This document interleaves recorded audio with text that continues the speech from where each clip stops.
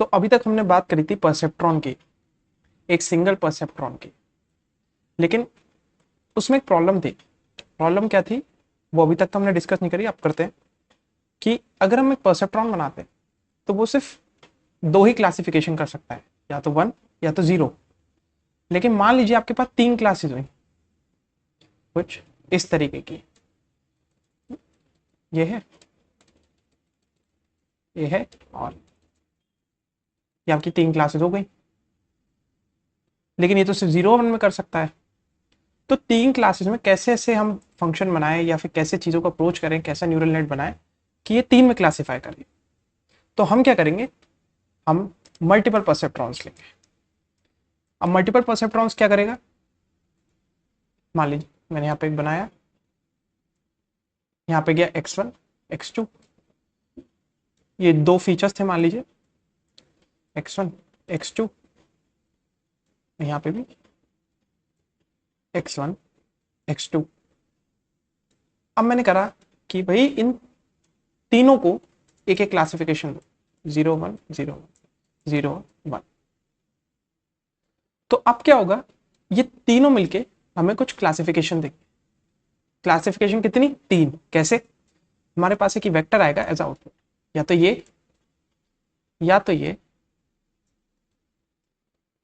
या फिर और अगला आप अज्यूम ही कर सकते हैं, अगला क्या हो सकता है 0 0। थोड़ा सा मेरे साथ पेशेंस के साथ चलना होगा, चीज़ें न्यूरल नेट में थोड़ी कॉम्प्लिकेटेड हो जाती हैं, तो थोड़ा हल्के हल्के लेके चल रहा हूँ मैं ताकि चीज़ें समझ में आए, क्लियर हो, तो इसलिए थोड़ा सा टाइम लगेगा ऐसे करते में।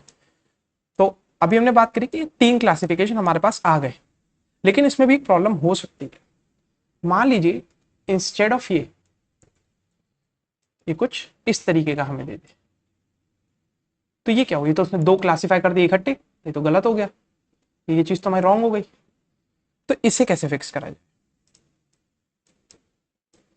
इसे हम फिक्स करते हैं इन्हें प्रोबेबिलिटी की टर्म्स में लेके। प्रोबेबिलिटी यानी कि नॉर्मलाइज करके, कि भाई आपका एक ही क्लासिफिकेशन है,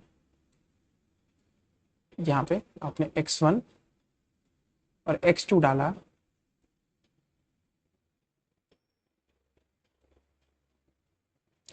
और यहां से क्लासिफाई हो रहा है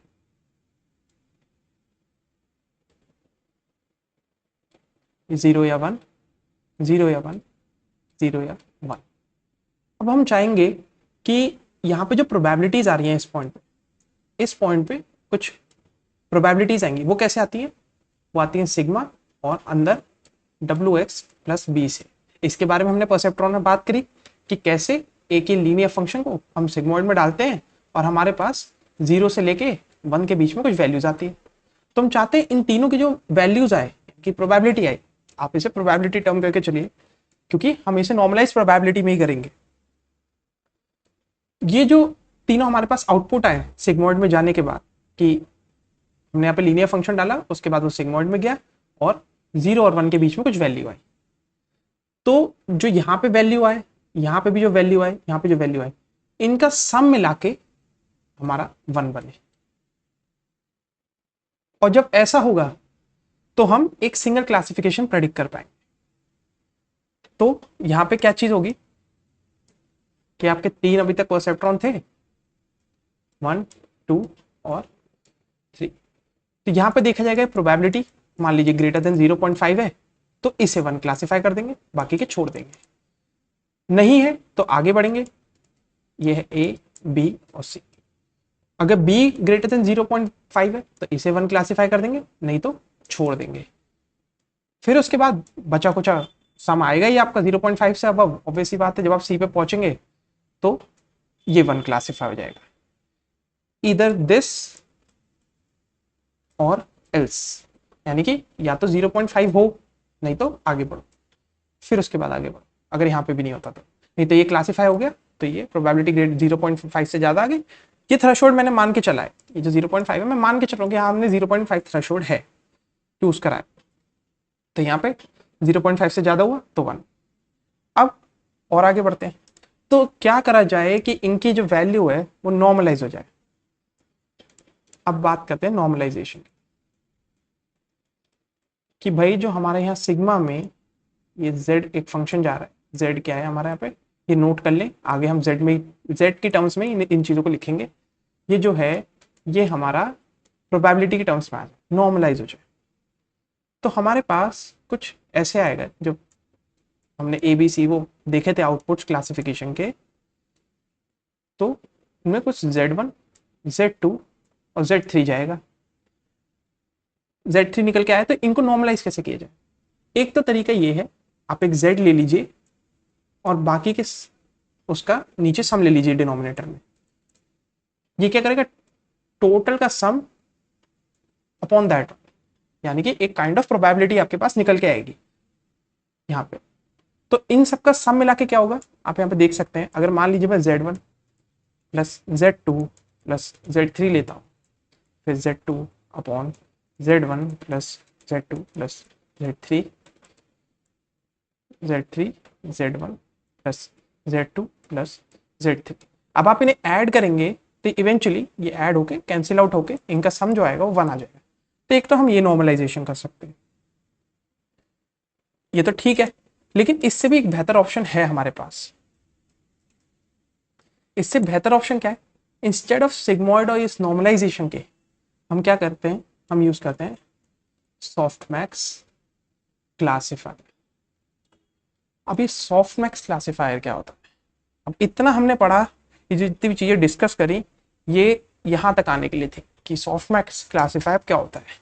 यहाँ से आपके एक्टिवेशन फंक्शन में भी ये यूज होता है, तो यहाँ से एक्टिवेशन फंक्शन भी आपके चालू हो जाते हैं।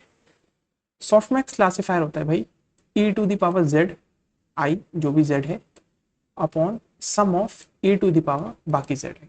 यानी कि e टू द पावर अगर z1 है तो upon e to the power z1 plus e to the power z2 plus e to the power z3।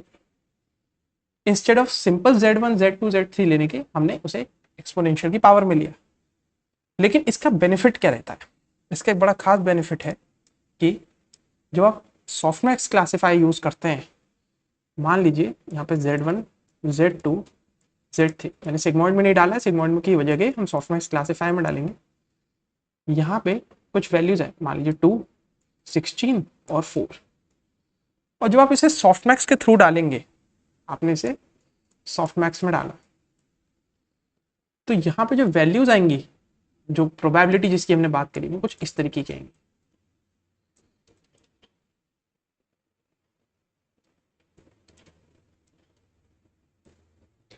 अब यहाँ पे आपको क्या दिख रहा है, ये एक बार मैं दोबारा लिख दूं ढंग से, 0.99। यहाँ पे आपको ये दिख रहा है कि अगर ये वैल्यू कोई भी एक पर्टिकुलर वैल्यू ज्यादा है तो वो बहुत ज्यादा हो जा रही है सॉफ्टमैक्स में निकलने के बाद, सॉफ्टमैक्स से निकलने के बाद, और अगर कोई वैल्यू कम है तो वो और कम होती चली आ रही है।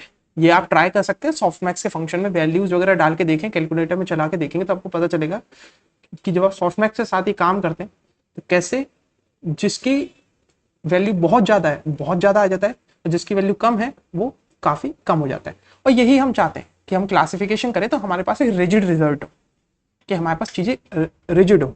अब हमारे पास इतनी बड़ी वैल्यू आ रही है बाकी दो इतने स्मॉल के अगेंस्ट, तो पता लगाना काफी इजी है क्लासिफिकेशन। तो यहाँ पे आपको ऑब्वियसली दिख जाएगा 0 1 0। नहीं तो अगर आप नहीं लगाएंगे तो मामला ऐसे भी आ सकता है कि भाई 0.47 0.48 और 0 बाकी बचा कुछ है जिसमें कितना बचा 0.5 ऐसा आ सकता है ना। तो ये आप नहीं चाहेंगे, इसमें डिसाइड करने में बड़ा मुश्किल होगा कि ये 1 होगा या ये 1 होगा। तो वही चीज को थोड़ा सा बेटर करने के लिए कि हमारे पे एक रिजिड, एक मजबूत ऐसी चीज है जो बताई दे कि हाँ क्लासिफिकेशन क्या होना है, तो उसके लिए सॉफ्टमैक्स फंक्शन जो है वो यूज होता है। तो यहाँ पे ये अभी तक हमारा मल्टी क्लास क्लासिफिकेशन और सॉफ्टमैक्स था। मैंने सॉफ्टमैक्स इसलिए बता दी, ये सब चीजें जरूरी थी क्योंकि आगे चल के अब हम परसेप्ट्रॉन जो है, एक सिंगल परसेप्ट्रॉन जो है, नेक्स्ट लेक्चर में उसे ट्रेन करेंगे। आगे क्या करने वाले हैं हम, एक जो परसेप्ट्रॉन होता है उसकी ट्रेनिंग कैसे होती है, कि कैसे वो एक्टिवेशन फंक्शंस में जाता है, फिर उसके बाद वो आउटपुट देता है, फिर उसके बाद वैल्यूज दोबारा जाती हैं, दोबारा ट्रेन होता है, वेट्स चेंज होते हैं। तो इस बारे में बात करेंगे और इसमें सॉफ्टमैक्स का यूज होगा और इसमें फंक्शंस के डेरिवेटिव्स वगैरह निकालेंगे। अब फाइनली हम मैथमेटिक्स की तरफ मूव करेंगे इसमें। और यहाँ से चीज़ें थोड़ी सी कॉम्प्लिकेट होनी शुरू होंगी, लेकिन अगर आप ध्यान से चलेंगे, साथ साथ पीछे के लेक्चर्स देखते हुए चलेंगे, फॉलो करेंगे ढंग से, थोड़ा इंट्यूटिव सोचेंगे, तो काफ़ी ईजी रहेंगी। चीज़ें कॉम्प्लिकेटेड हैं, लेकिन मैं जितना हो सकता है सिंप्लीफाई करने की कोशिश करूँगा। तो बने रहे।